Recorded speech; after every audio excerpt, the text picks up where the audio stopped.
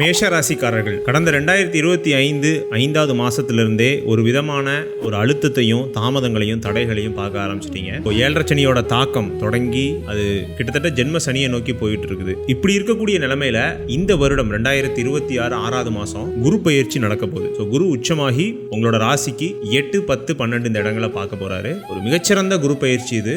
3ஆம் இடத்தை விட 4ஆம் இடம் எப்போதுமே குருவுக்கு நன்மை. இதுக்கப்புறம் 5ஆம் இடமும் நன்மை.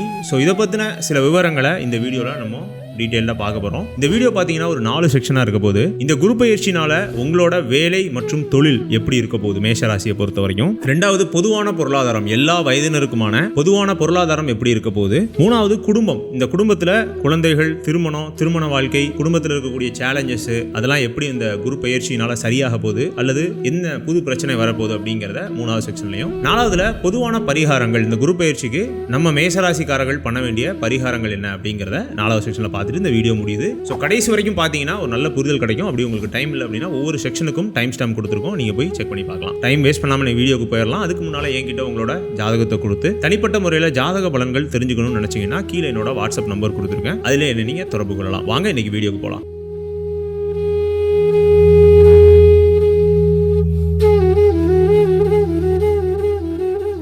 2025 ஐந்தாவது மாசம், நம்ம ஆரம்பத்திலே இன்ட்ரோலே சொன்ன மாதிரி அந்த மாதத்திலிருந்தே உங்களுக்கு சனி பயிற்சியில 7.5 சனி அப்படிங்கிறது தொடங்க ஆரம்பிச்சிருச்சு. கடந்த ஒரு வருஷமாவே கொஞ்சம் மென்டல் டஃப்னஸ் அப்படிங்கிறத நீங்க பார்த்துக்கிட்டு இருப்பீங்க. மனம் ஒரு நிலையில இருக்காது. மன அழுத்தமாகட்டும், முரண்பாடுகள் ஆகட்டும், எக்கச்சக்க தாமதம், தடைகள், இது எல்லாத்தையுமே கொஞ்சம் கொஞ்சமா அப்படியே பில்ட் ஆகிட்டே வந்துகிட்டே இருக்கும். நிறைய பேருக்கு வேலை போயிருக்கும், அல்லது சில பேருக்கு வேலையில ஒரு கம்ஃபர்டபுளான சினாரியோ அப்படிங்கிறது காணாம போயிருக்கும். நிறைய பேருக்கு பொருளாதாரமும் குறைஞ்சிருக்கும். இந்த நிலைமையில தான் நமக்கு இந்த குரு பயிற்சி வரப்போகுது. 2026 ஜூன் 6ஆம் தேதி குரு பயிற்சி நடக்க போகுது. இதெல்லாம் ஆல்ரெடி சொல்லிட்டேன், நான் திரும்பவும் அதை சொல்லல. கடக ராசிக்கு குரு வந்து உச்சமாக போறார். இது ஒரு மிகச்சிறந்த பயிற்சி மேஷ ராசியை பொறுத்த வரைக்கும். மேஷ ராசிக்கு 4ஆம் இடத்துக்கு இந்த குரு பகவான் வரார். நம்ம ஆரம்பத்திலே சொன்னபடி ஒவ்வொரு செக்ஷன்லையும் நம்ம ஒவ்வொரு விஷயத்தை பார்க்க போறோம்னு சொன்னோம். அதன் அடிப்படையில் முதல் செக்ஷன்ல வேலை அல்லது தொழில் எப்படி இருக்கும், முதல்ல வேலை தொழில் இதுதான் முக்கியம் இல்லையா. அதன் அடிப்படையில் 4ஆம் இடத்துல இருக்கக்கூடிய குரு பகவான் 10ஆம் இடத்தை பார்க்க போறாருங்க. அது மட்டும் இல்லாம 8, 12ஆம் இடங்களையும் பார்க்கிறார். இதனால வேலை, உங்களோட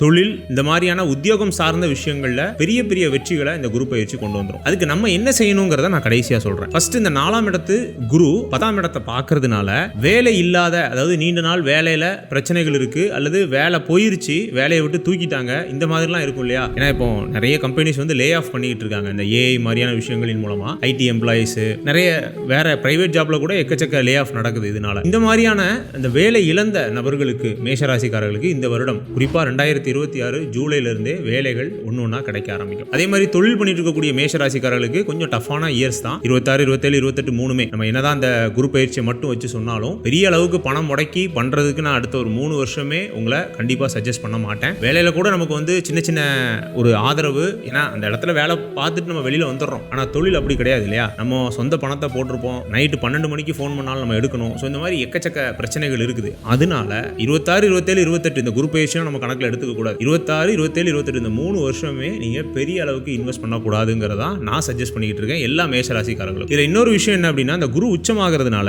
நமக்கு வர வேண்டிய பணங்கள் வரும். குறிப்பா இந்த பிசினஸ், தொழில், இந்த மாதிரியான விஷயங்கள்ல கண்டிப்பா அந்த கேஷ் ஃப்ளோ அப்படிங்கிறது வேணும் இல்லையா. ஒரு மாதிரி அந்த கேஷ் ஃப்ளோ இருந்தா மட்டும்தான் நம்ம அடுத்த கட்ட ஒரு முதல் போடுறதா இருக்கட்டும், நமக்கு லாபம் எடுக்கிறதா இருக்கட்டும், இல்ல அதை திரும்ப ரீஇன்வெஸ்ட்மெண்ட் பண்றதா இருக்கட்டும், இது எல்லாமே இப்பதான் சாத்தியம். இந்த 8, 12 இந்த இடங்களை குரு பார்க்கறதுனால நம்மளை ஏமாத்திக்கிட்டு இருந்தவங்க, அதாவது நம்மளை இன்டென்ஷனா யூஸ் பண்ணிட்டு இருக்கக்கூடிய நம்மளோட பார்ட்னரா இருக்கலாம், கிளைண்டா இருக்கலாம், சம்திங் அந்த பிசினஸ்ல இருக்கக்கூடிய உங்களுக்கு பணம் தர வேண்டியவர்கள் உங்களுக்கு பணம் திரும்ப தந்துருவாங்க இந்த குரு பயிற்சிக்கு அப்புறம். இதை நீங்க எதிர்பார்க்கலாம். அதே மாதிரி முதல்ல ஆரம்பத்திலே சொன்ன மாதிரி வேலை இல்லாதவங்களுக்கு வேலை கிடைக்கும்னு சொல்லியிருந்தேன் இல்லையா. அந்த வேலையும் ஒரு வெளியூர் வேலை அல்லது வெளிநாட்டு வேலையா இருக்கிறதுக்கான வாய்ப்புகள் இருக்கு. குறிப்பா வெளிநாடுக்கு ட்ரை பண்ணிட்டு இருக்கக்கூடிய மேஷராசிக்காரர்களுக்கு இது ஒரு அற்புதமான நேரம். பொதுவாகவே நம்ம இந்த 7.5 சனி, அஷ்டமத்து சனி காலகட்டத்தில் வெளிநாடு போக சொல்லுவோம். உங்க சொந்த ஊர்ல இருக்காதீங்க, வெளிநாடு போங்க. வெளிநாடு போனீங்கன்னா ஒரு 50% பிரச்சனைகள் குறைஞ்சிரும். அதுக்கான காரணம் என்ன அப்படின்னா, அங்க போய் நம்ம அதுக்கு உண்டான சூழல், அதுக்கு உண்டான சாப்பாடு, அதுக்கு உண்டான அந்த ஒரு என்வரன்மெண்டோட நம்ம வாழ வேண்டிய ஒரு தேவை ஏற்படும். இயல்பாவே அது ஒரு தோஷ பரிகாரம். நம்ம கம்ஃபர்ட் ஜோன்ல இருந்து விலகி போறோம் இல்லையா, அதுவே ஒரு நல்ல வாய்ப்பு. நிறைய நல்ல தசை நடக்கக்கூடிய 7.5 சனி நடக்கக்கூடியவர்கள் இயல்பா வெளிநாட்டில் இருக்கிறத நான் பார்த்திருக்கேன். அதன் அடிப்படையில் இப்போ இந்த குரு வந்து சரராசி, அதுவும் கடகம்ங்கிறது கடலை குறிக்கக்கூடிய ராசி, கடல் கடந்து போகிறத குறிக்கக்கூடிய ராசி, அது 8, 12ஆம் இடங்களையும் பார்க்கறதுனால மேஷராசிக்காரர்கள் நிறைய பேர் வெளிநாடு போறதுக்கான வாய்ப்புகள் இருக்கு. இருக்கு. அதனால உங்க பாஸ்போர்ட் எல்லாம் ரினுவல் பண்ணி வைங்க. ஈஸியா அந்த வாய்ப்புகள் அப்படிங்கிறது கிடைச்சிடும். இது எப்போ அப்படின்னா ஜூலை, ஆகஸ்ட், செப்டம்பர்ல இருந்து நீங்க எதிர்பார்க்கலாம். இது வேலை அல்லது தொழில். அதே மாதிரி வேலையில இருந்துட்டு வந்த சில பிரச்சனைகள், அதாவது இன்டர்னல் இஷ்யூஸ், சின்ன சின்ன கான்ஃபிளிக்டா இருக்கலாம், இல்ல உங்க மேலதிகாரிகள் கூட நமக்கு ஏற்பட்ட அந்த மனஸ்தாபமா இருக்கலாம். இதெல்லாம் கொஞ்சம் கொஞ்சம் ஏதோ ஒரு டீவியேஷன்ல நமக்கு குறைய ஆரம்பிக்கும். ஆனா 2027க்கு அப்புறம் இந்த நிலைமை மோசமாகும். ஏன்னா ஜென்மசனி ஆரம்பிக்குது. அதை பத்தி நம்ம அந்த நேரத்தில் ஒரு வீடியோ போடுவோம். ஒரு வருஷம் இருக்கிறதுனால நம்ம எப்பவோ வரப்போற பிரச்சனைக்கு இப்பவே நம்ம வந்து தயாராக வேண்டாம். இந்த வருஷம் ஓரளவுக்கு 25 கம்பேர் பண்ணும்போது 26ங்கிறது ஒரு பெட்டர் ஒரு காலகட்டமாக மாறுறதுக்கு இந்த குரு நமக்கு ஹெல்ப் பண்ண போறாருங்கிறது தான் இந்த வீடியோட சாராம்சம். அடுத்தது பொதுவான பொருளாதாரம் எப்படி இருக்கும்? ஒரு மிகச்சிறந்த பொருளாதார தன்மை. ஏன்னா குருவே ஒரு பணபர ஸ்தானத்துக்கு தான் வராருங்க. பணபர ஸ்தானம்னா ஒன்றும் இல்லை, இரட்டைப்படை ராசிகள் 2, 4, 6, 8, 10, 12 இது எல்லாமே பணபர ஸ்தானங்கள் தான். பொதுவாக பணபர ஸ்தானம்னா 2ஐயும் 10ஐயும் நம்ம சொல்லுவோம். அதன் அடிப்படையில் 10ஆம் இடத்துக்கு குருவோட பார்வை உங்க ராசிக்கு ஏற்படுறது அப்படிங்கிறதே ஒரு சிறப்பு தான். நமக்கு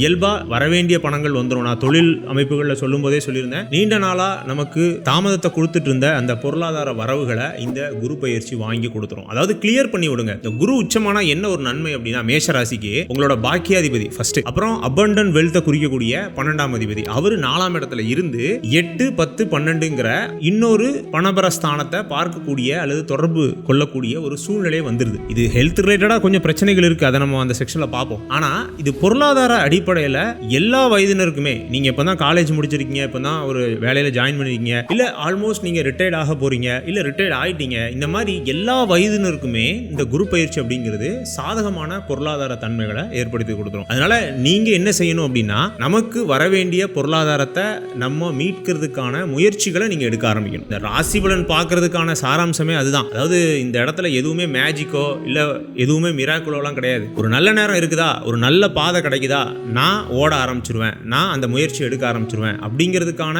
ஒரு சின்ன ஒரு உபாயம் தான் அந்த ஜோதிடம். அதனால ஜோதிடர் சொல்லிட்டாரு நமக்கு எல்லாமே நடந்துடும், நம்ம வீட்டில் உட்காந்துருந்தோம்னா அது நடக்காது. பொதுவாக மேஷ ராசிக்காரர்கள் அப்படி உட்கார மாட்டீங்க.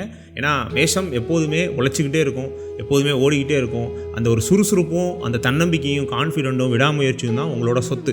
அதை நம்ம விடவே கூடாது. இப்போ வரக்கூடிய சில காலகட்டங்கள், குறிப்பாக அந்த ஜென்மசனி காலகட்டம் 2027, 28 இந்த காலகட்டங்கள்லாம் கொஞ்சம் டஃப்பாக இருக்கும். அதை நம்ம சேர்ந்து கடக்கிறதுக்கான சில உபாயங்களையும் நான் கடைசி சொல்கிறேன். கண்டிப்பாக நம்ம அதையும் ஃபாலோ பண்ணுவோம். மூணாவது மிக முக்கியமான விஷயம் குடும்பம். குடும்பத்தில் சில சேலஞ்சஸ் இருக்குது. இந்த இடத்துல நான் ஹெல்த்தையும் நான் கொண்டு வந்துடுவேன். ஃபர்ஸ்ட் ஹெல்த்தை பற்றி பேசிடுறேன். 4ஆம் இடத்துல வரக்கூடிய குரு பகவான் கண்டிப்பாக ஹெல்த் பிரச்சனைகளை கொடுக்கும். ஆப்வியஸா 8, 12ஆம் இடங்களை பார்க்கக்கூடிய குரு பகவானால நீண்ட நாள் நோயில இருக்கிறவங்களுக்கு இன்னும் கொஞ்சம் வேதனைகள் அதிகரிக்கும். ஆனா 8, 12ஆம் இடங்களை ஒரு சுபகிரகம் பார்க்கிற அடிப்படையில் புதிய மருத்துவ முறைகள் கை கொடுக்கும். இப்போ நீண்ட நாள் நீங்க வந்து ஒரு இங்கிலீஷ் மெடிசன் எடுத்துட்டு இருக்கீங்க, அலோபதி மெடிசன் எடுத்துட்டு இருக்கீங்க, அது கேட்கவே இல்லை, போகுது வருது, ஆன் ஆஃப்லே இருக்கு அப்படின்னு வைங்களேன். ஒரு மாதிரி அது ஒரு சித்தா, ஆயுர்வேதா இந்த மாதிரியான ஒரு ஆல்டர்னேட்டிவ் மெடிசன் மூலமா அது சரியாகிறதுக்கான வாய்ப்புகள். ஆனாலும் சின்ன சின்ன மன அழுத்தம், உடல்நல குறைபாடுகள், வயிறு சம்பந்தப்பட்ட பிரச்சனைகள், தூக்கமின்மை இந்த மாதிரியான பிரச்சனைகள் கண்டிப்பா உண்டு. ஏன்னா 12ஆம் அதிபதி 12ஆம் இடத்தோட தொடர்புல இருக்காரு இல்லையா. ஹெல்த்ல மட்டும் நீங்க கொஞ்சம் கூடுதல் கவனம் எடுத்துக்கோங்க. ஆல்ரெடி ஏதாவது நோய் பாதிப்புல இருக்கக்கூடிய மேஷராசிக்காரர்கள் அந்த நோய் பாதிப்பை எப்படி நம்ம தீர்க்கலாம், அதுக்கு வேற எதுவும் வழிகள் இருக்குதா, வேற எதுவும் மருத்துவ முறைகள் கை கொடுக்குமா அப்படிங்கிறத பார்க்க ஆரம்பிங்க. அடுத்தது குடும்பம். குடும்பத்தை பொறுத்த வரைக்கும் பாக்கியாதிபதி தன்னோட வீட்டுக்கு மறைஞ்சி கோச்சார பலன் நடத்துறது அப்படிங்கிறது குடும்பம் சார்ந்தும் சில பிரச்சனைகளை அது கண்டிப்பா கொடுக்க தான் செய்யும். குறிப்பா குடும்பத்துல நமக்கு சரியான அங்கீகாரம் கிடைக்காத ஒரு நிலைமை ஆல்ரெடி நீங்க பார்க்க ஆரம்பிச்சிருப்பீங்க. இந்த 12ஆம் இடத்துக்கு வந்த சனி பகவான் 2025 5வது மாசத்துல இருந்தே உங்களுக்கு சரியான அங்கீகாரத்தை மறுக்க ஆரம்பிச்சிருக்கும். வீட்லயும் சரி வெளியிலையும் சரி. அதே மாதிரி நம்ம பேச்சு எடுபடாது, அதுதான் அங்கீகாரமும் கூட இல்லையா. ரெண்டுமே ஒரே விஷயம் தான். அதே மாதிரி திருமணம் மாதிரியான விஷயங்கள், சுபகாரிய தடைகளும் நிறைய ஏற்பட்டிருக்கும். ஆனா இந்த குரு உச்சமாகிறதுனால சுபகாரிய தடை நீங்கும். ஆனா இதுல ஒரு பிரச்சனை என்ன அப்படின்னா, நிறைய செலவாகும். இங்கதான் பிரச்சனை. ஒரு விதின்னு இருந்துச்சுன்னா அதுல விதிவிலக்கும் இருக்கும். இப்போ குரு வந்து எல்லா தடைகளையும் மீறி உங்களுக்கு சுபகாரியத்தை நடத்தி வைக்கிறார். உங்க மகனுக்கோ மகளுக்கோ அல்லது உங்களுக்கோ திருமணம் தடையாயிட்டே வருதுன்னு வைங்களேன், திருமணம் நடக்கும், உங்க வீட்டில் வந்து சுபகாரியம் நடக்கும். ஆனா நம்ம ஒரு எஸ்டிமேட் போட்டிருப்போம், அதை விட அதிக செலவாகும், கடன் வாங்க வேண்டியிருக்கும், அதுல ஏதாவது மனஸ்தாபங்கள் வரும், மன அழுத்தம் வரும், புரியுதுங்களா, குடும்பத்தினரோட ஒரு பிளவு ஏற்படும். இதெல்லாம் நம்ம மைண்ட்ல வச்சுக்கிட்டு ஒரு காஷியஸா நம்ம அந்த சுபகாரியத்தை பிளான் பண்ணணும். அடுத்தது நீண்ட நாள்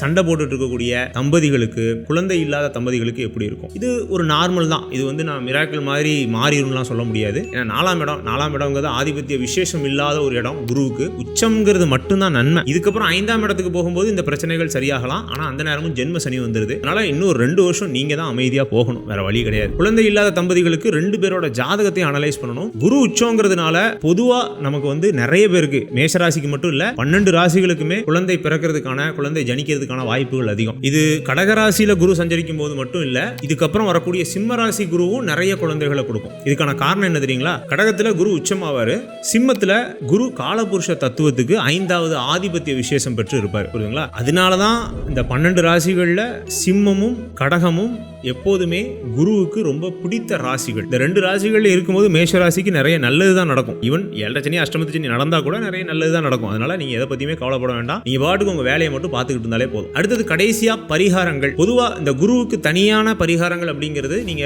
பக்கத்துல இருக்கக்கூடிய சிவன் கோயிலுக்கு வியாழக்கிழமை தோறும் போயிட்டு வர்றது நல்லது. ஆனா என்னோட சஜஷன் என்ன அப்படின்னா, என்னதான் இருந்தாலும் இந்த குரு உச்சமாகி உங்க 12ஆம் இடம் 8ஆம் இடம் 10ஆம் இடம்லாம் பார்த்தா கூட நமக்கு இப்போதைக்கு பிரச்சனை தர்றதுன்னு பாத்தீங்கன்னா அந்த சனி பகவான் தான். 7 சனி நடக்குது இல்லையா? அப்போ சனிக்கிழமை தோறும் தான தர்மங்கள் பண்றதை எப்போதும் விடக்கூடாது. நான் இதை எல்லா வீடியோலையும் நான் உங்களுக்கு சொல்லியிருக்கேன், அது உங்களுக்கு ஞாபகம் இருக்கும். அதே மாதிரி குலதெய்வ வழிபாடு. ஏன்னா குரு வந்து பாத்தீங்கன்னா பாக்கியாதிபதி தன்னோட வீட்டுக்கு மறையிறதுனால தான் அந்த குடும்பம் சார்ந்த பிரச்சனைகள் வருது. இந்த அங்கீகாரம் இல்லாம அதெல்லாம் இருக்கு இல்லையா? அதே மாதிரி ஹெல்த் பிரச்சனைகள்லாம் சொல்லியிருந்தேன். நிறைய நல்ல விஷயங்கள் இருக்கு.